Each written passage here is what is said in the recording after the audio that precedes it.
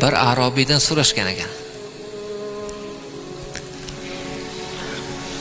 Sen hech jannatga tushaman deb o'ylaganmisan deb.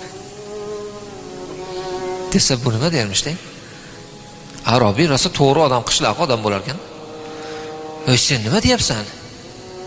Allohga qasamki, men biron marotaba bu haqda shubha qilmaganman. Men albatta jannatga tushaman. Men albatta jannat bog'larida sayr qilaman. Albatta jannat suvlaridan ichaman. Nimaga bilasanmi? Men unga ishonaman.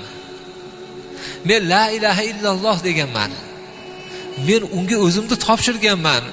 Meni Robbim shundayki, o'ziga iymon keltirganda do'zaxda xorlamaydi" degan ekan.